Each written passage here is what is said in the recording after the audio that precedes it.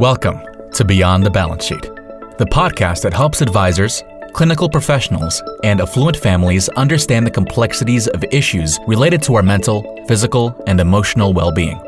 Our co-hosts, Arden O'Connor and Diana Clark, will interview a series of guests on a range of topics, providing informative content and practical tools for professionals and families to consider.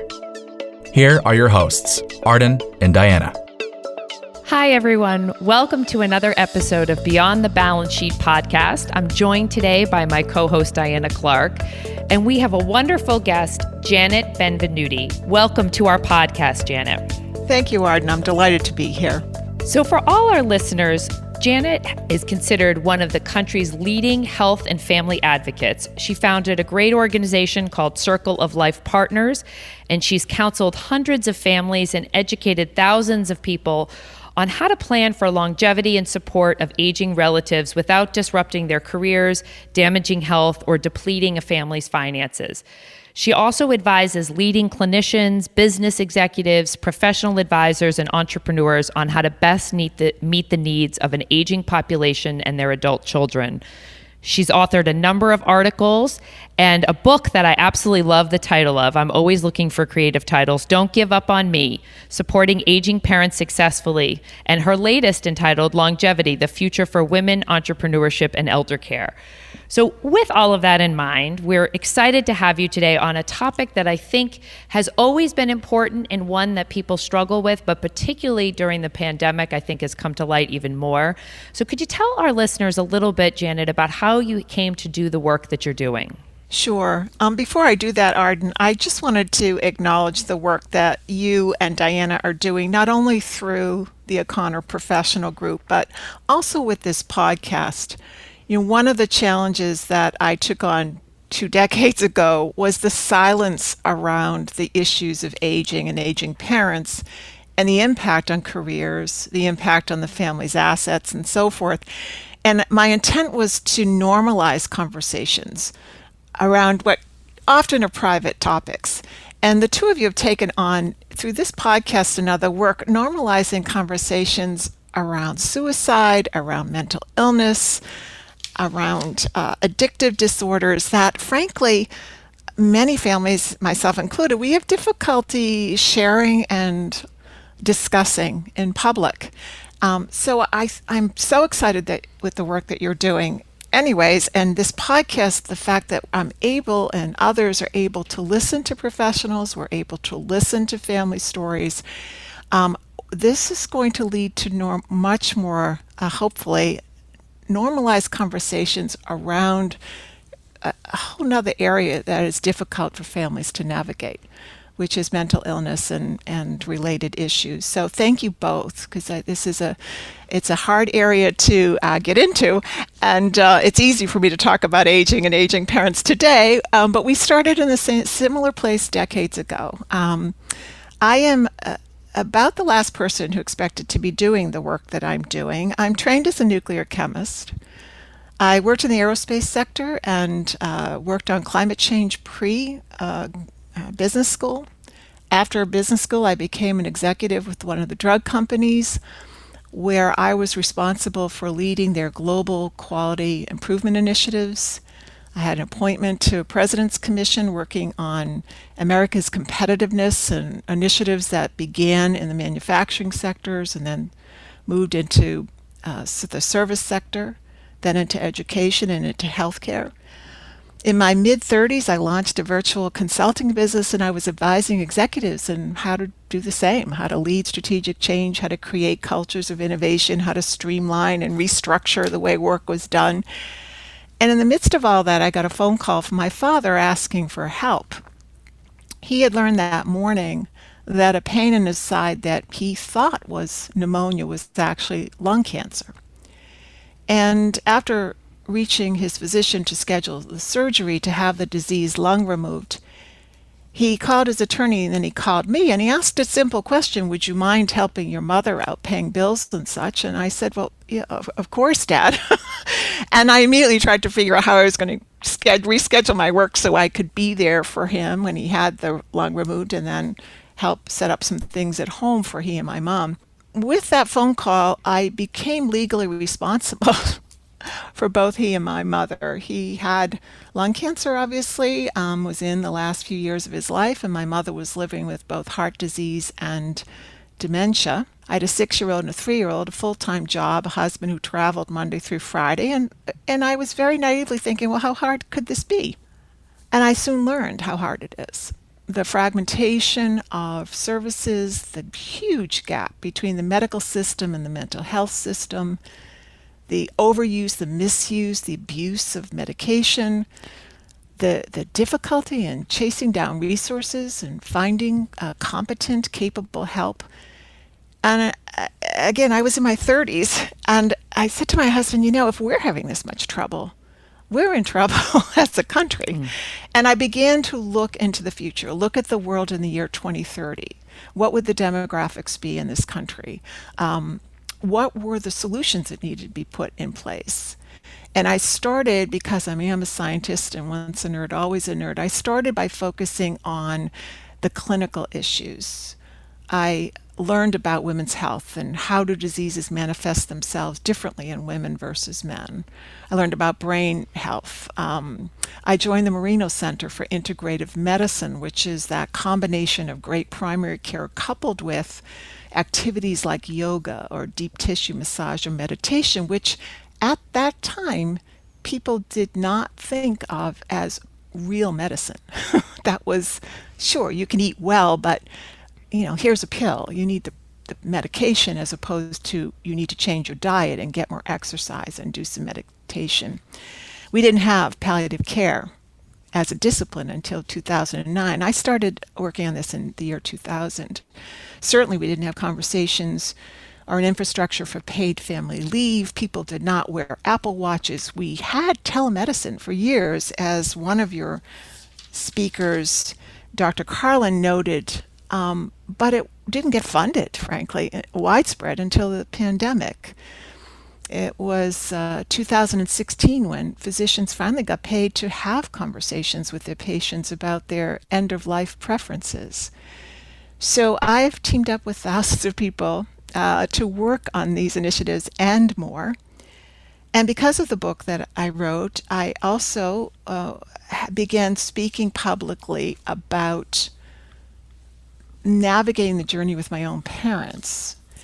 Harvard Business School, among others, picked me up, as you know, Arden, and for the past 13 years, twice a year, I've facilitated a conversation with executives, which the room is oversubscribed. 200 to 300 people attend every year, twice a year. It's never been recorded, because my goal was to have candid peer-to-peer conversations about what was going on in our parents' lives that were impacting our lives and careers. And then by doing that, highlighting some of the changes that needed to happen systemically. It's not by accident that we are now having a national conversation about paid family leave. It's Massachusetts, for example, is the 5th state in the country to actually initiate a payroll deduction starting this year to offer paid family leave for all the citizens in the state.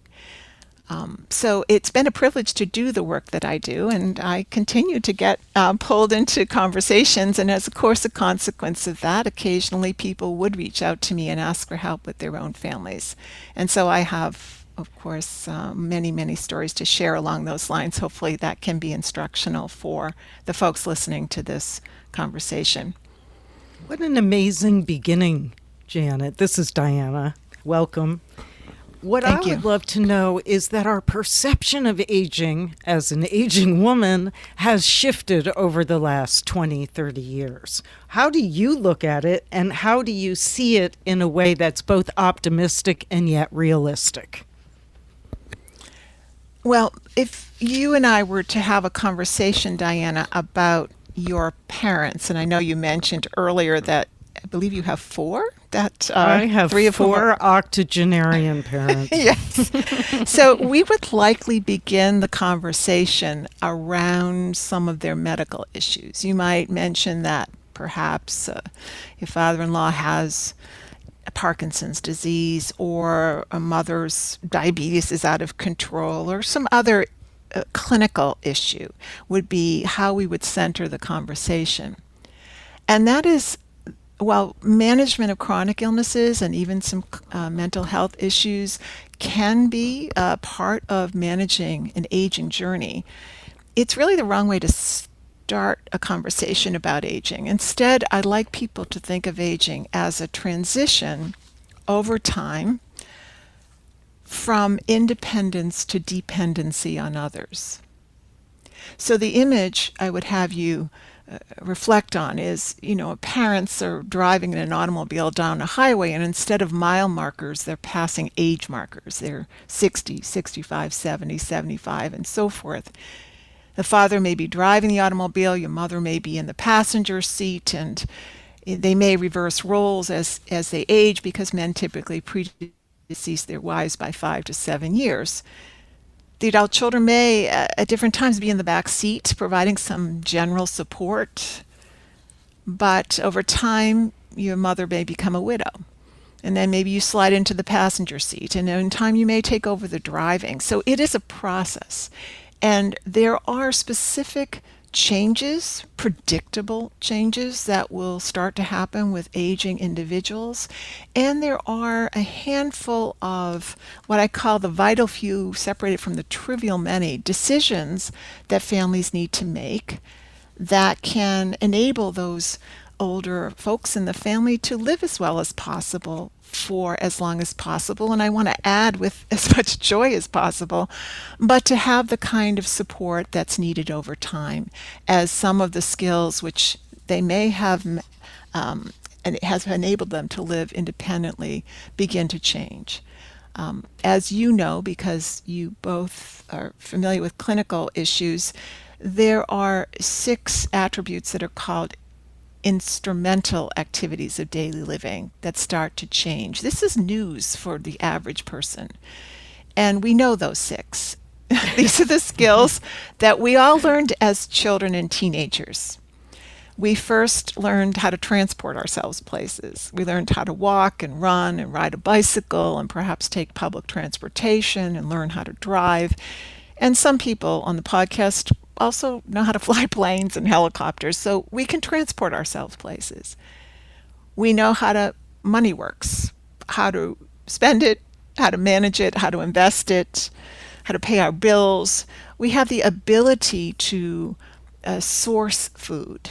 I prefer to make reservations, not dinner. And some folks have cooks at home as well, and staff. We can, the 4th skill is we can maintain our property, our clothes, and so forth. And again, we may have people who help with this. And some, of course, high net worth folks do have significant staffs. The 5th skill is we can communicate verbally and in writing. We text, we tweet. And the 6th skill is that if your physician asks you to take medication in the morning and another pill in the evening, you can comply with that medication. One of the challenges when people age is they begin to lose their ability to do those activities.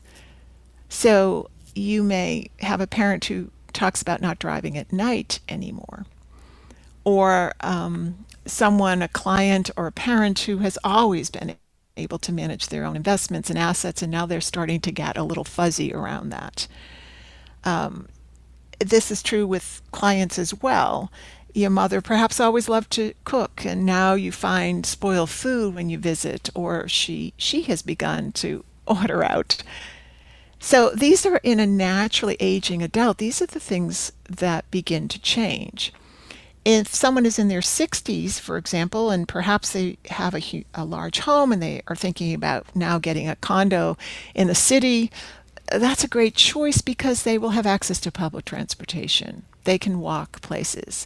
Again, some families have personal drivers. It's a different story, but the sort of proactive decision-making comes into play when you realize that some of these skills will change. And so one of the fundamental questions is, if you were not able to manage your assets, for example, your financial well-being, well, who is going to oversee your assets? And if it's your spouse and you're both in your 80s, well, who is the successor? Is it an adult child? Is it a professional? That is an important decision that needs to be made proactively. And similarly around issues of managing health.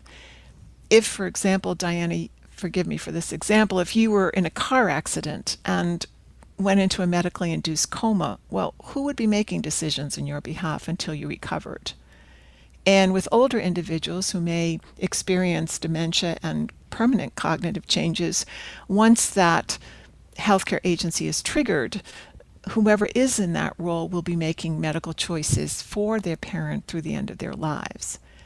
So we know that there's a set of 6 instrumental activities of daily living. And when Joanna Martin, one of your previous speakers, talked about some of the changes that people have, these are well documented.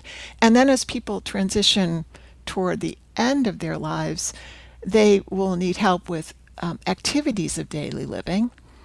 These are the things that we did this morning without thinking about it. We got out of bed. They call that transferring out of bed. You handled your hygiene. You got dressed for the day.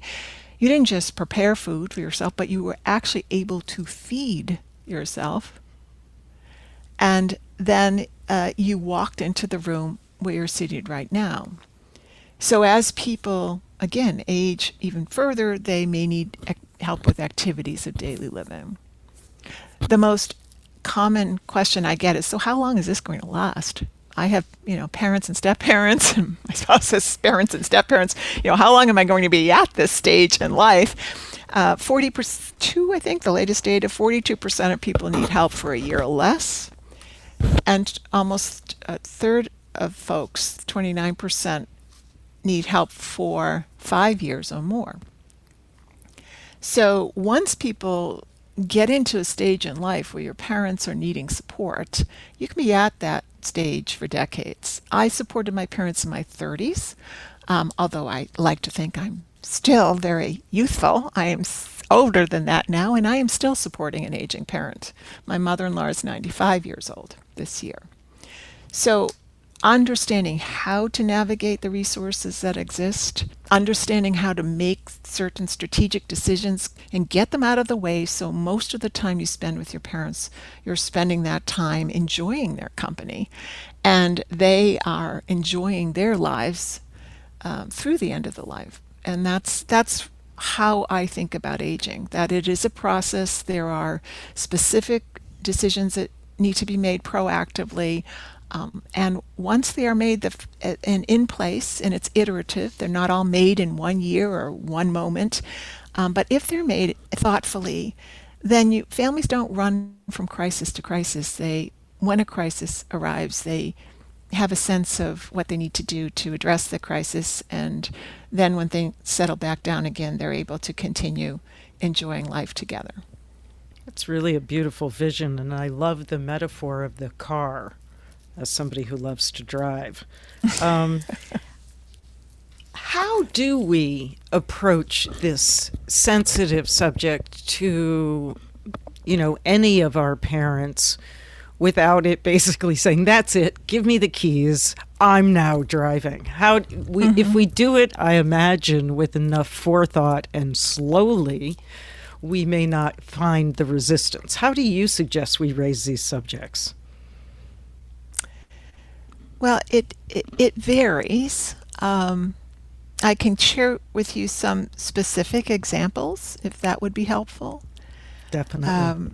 It's a series of conversations. There can be a situation that could trigger an event, for example, or trigger a conversation. For example, there was a woman reached out to me because her stepmother appeared to be having some cognitive changes. She wasn't quite sure if what she was seeing was really happening, but she wanted to approach her father to have a conversation. And because it was a blended family, there were step siblings as well as her natural biological siblings, it was a bit dicey. And the father was and is a well-known business executive and philanthropist. And so there were sensitivities all around. So what we did is we talked about how to approach her father and to see if what she was observing was real, if the stepmom had been evaluated, for example. And she did that, and would he be open to discussing this with all of the family, not just her? And then separately, I suggested that she also reach out to his attorney, because she thought, and this had been the game plan, that she would be the one overseeing the assets, right, for the estate.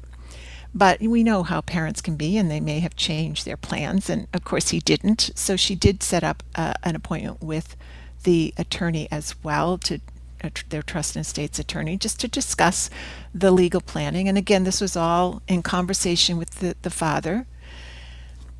And then I had suggested that she think about having a conversation with the entire family. You see, I work with adult children and not the elders themselves typically, because if the adult children as a unit can agree, even to agree to disagree, but can approach the parents in a lovingly way to make suggestions or to offer help, then the parent is more likely to respond positively. So in this particular case, I had suggested that they have a family meeting. And now there are mediators, of course, who do this, which she asked me to design the meeting, facilitate it, which was fine. So what I did is I interviewed each of the 5 siblings and asked them, got a sense from them if they had observed some of the changes in the mom. Did they understand the trajectory of dementia, what that might look like in the future? Did they have any sense of how they would like to see things unfold? If the parents should stay in their own home, would they move to a continual care retirement community? And then I designed a meeting around that, and I held the meeting at one of my clubs, not one of their clubs, because I didn't want gossip to start. Why are these 5 children, siblings and step siblings, getting together with the dad? So the meeting went well, and the adult children then began to have additional conversations going forward. In addition to that, I linked them to, and again worked with them to bring in a professional care manager. Your family is not the first one to deal with someone who has dementia. As you know, in the mental health arena, there's certainly in the aging arena, there are many, many resources out there, and there are extraordinarily talented professional care managers who can come in, who have expertise with dementia or Parkinson's or whatever illnesses you're dealing with. And in this particular case, the woman I recommended is a nurse. She had relationships with the physicians that they would be working with. She also was someone who sailed and had an interest in the arts, and was not in the least intimidated by this family, who could be quite intimidating to some care managers. And so she would be great fun for the mom to be with, and yet she was so professional and very talented. And so then as the family began moving forward, I back out, because I do interventions. I don't actually manage cases as you do and as professional care managers will do, where they stay with the family and they manage a case over time. I like to come in when they're struggling with a specific issue. If I'm asked, help them manage that correctly, figure out what to do over the next few months, maybe 3 to 6 months, and then I back out and make sure they're working with what I'll call the right professionals to handle a case. When you're thinking about a family system, Diana, you had mentioned in a different podcast about how do you identify, I call them the influencer in the family. If a parent resists conversations, there are a few suggestions I have. And the first question I would ask all folks to think about is who influences the father? If this father had been resistant to having conversations, as others do, well, perhaps the woman who came to me is not the influencer in the family. Perhaps it is a different sibling. Perhaps it would be one of his siblings. Perhaps it is a longtime golfing buddy. I mean, everyone is influenced by someone. And so when you're having a more difficult conversation, you need to think about, well, who in the family is the influencer? If it's the dad who's throwing up obstacles, maybe it's your older brother who has more influence over him. And even though it may be maddening to think about that because you're the one who's close by and you're the one who's going to be navigating many of the issues, if you're trying to overcome resistance, you need to think about the influencer. And then once you begin the process rolling, having sort of a framework of, where are you going with this can also be helpful.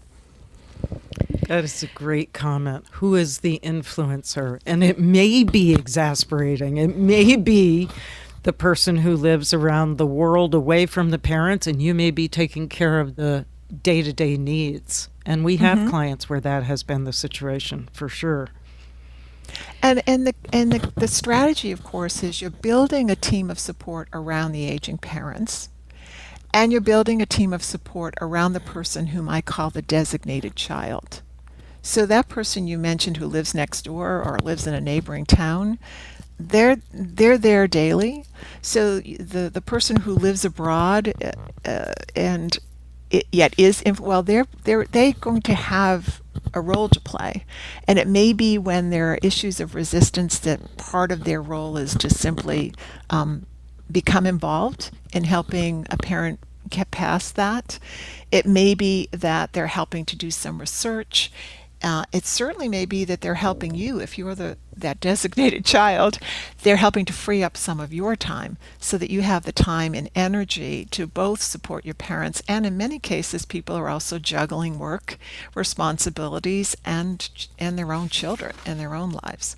I think this conversation is fascinating, and Janet, I think we could be on this podcast for another 30 minutes because there's so many different ways to take the conversation. I wanted to throw in a different question because I know there's a lot we could still unpack with families, but I wanted to get to an issue that I know a lot of our listeners are concerned about it. And that's really around how does wealth impact family dynamics and access to care? So I'm going to sort of combine both because I think certainly there's an outsider's perception, I think, in the behavioral health world at least, that, if you have money, you can fix many things. And we have certainly not seen that to be true. But I'm curious sort of what your perception has been for those wealthier clients who are trying to get good care. How does it help or hinder the process? I think it helps tremendously, of course, to be able to hire a team of support. So when you're not worried about running out of money, you can bring on a team who would include, perhaps as I did with this family, a nurse care manager.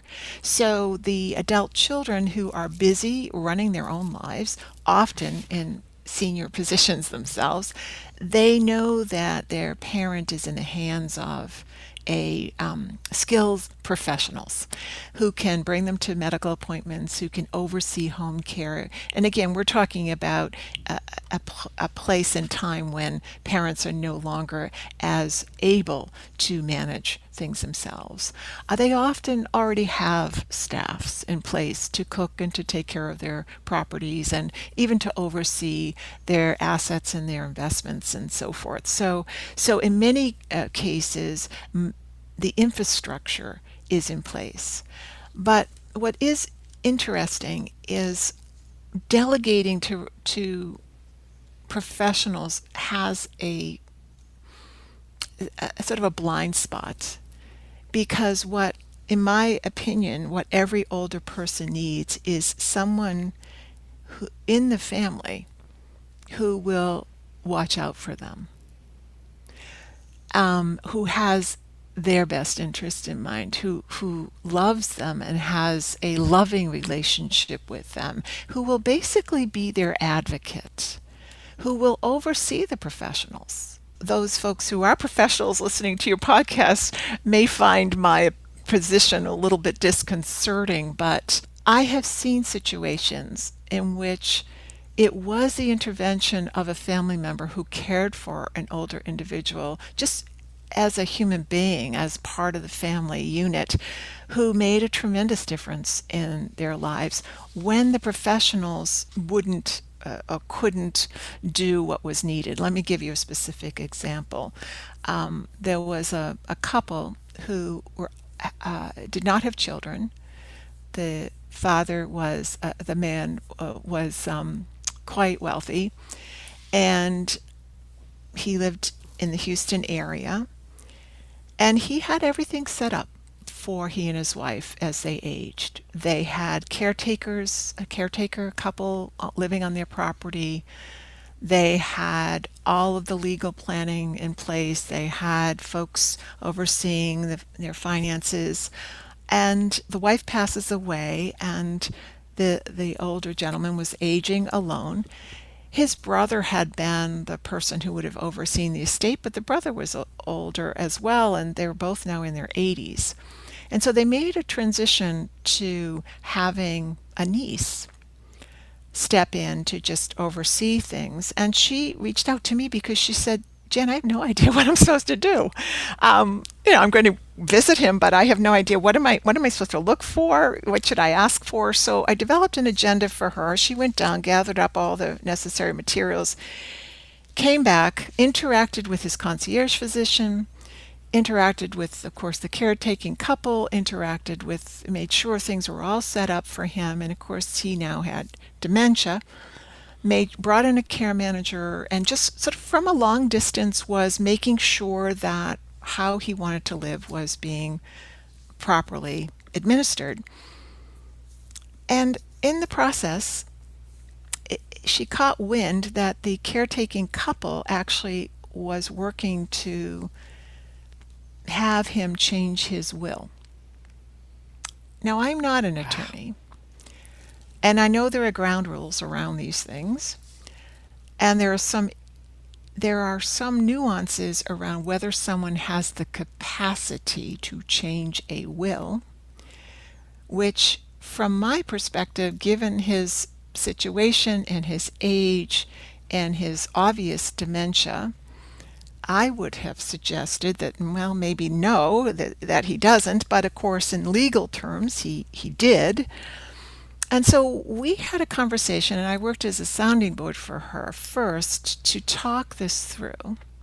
She then reached out to folks who understood laws in Texas, who understood the legal ramifications of what would be going on, and had a conversation with his attorney.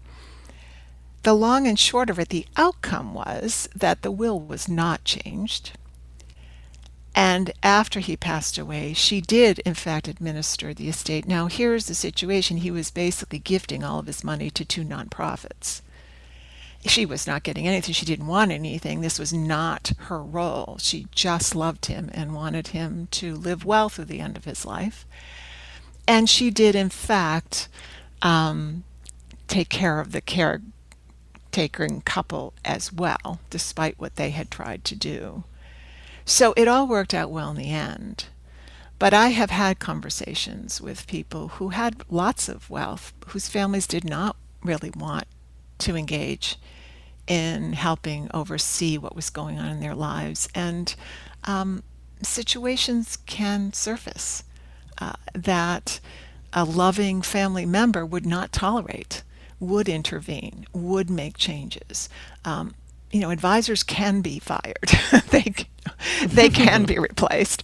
That is not what people want to hear. But if they're not, again, every situation is unique, and one would hope that everything would be managed well.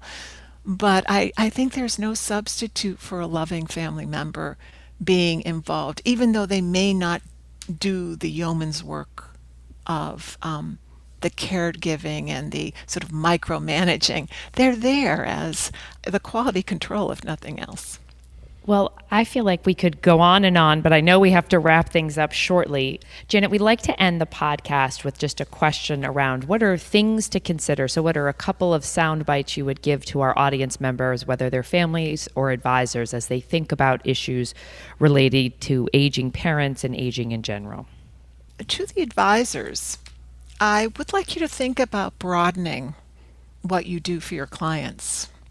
Yeah, I heard repeatedly that people have to stay in their lane, for example.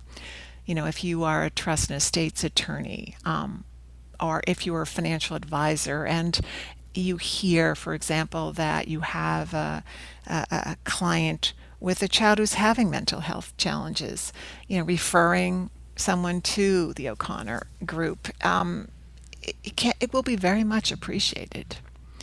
I will tell you that advisors who view their roles a bit broader than historically defined will end up with loyal families as clients' loyalty. You will not only have your clients'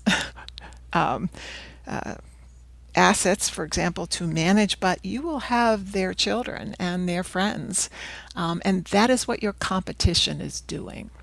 So for example, financial advisors are fabulous at managing assets.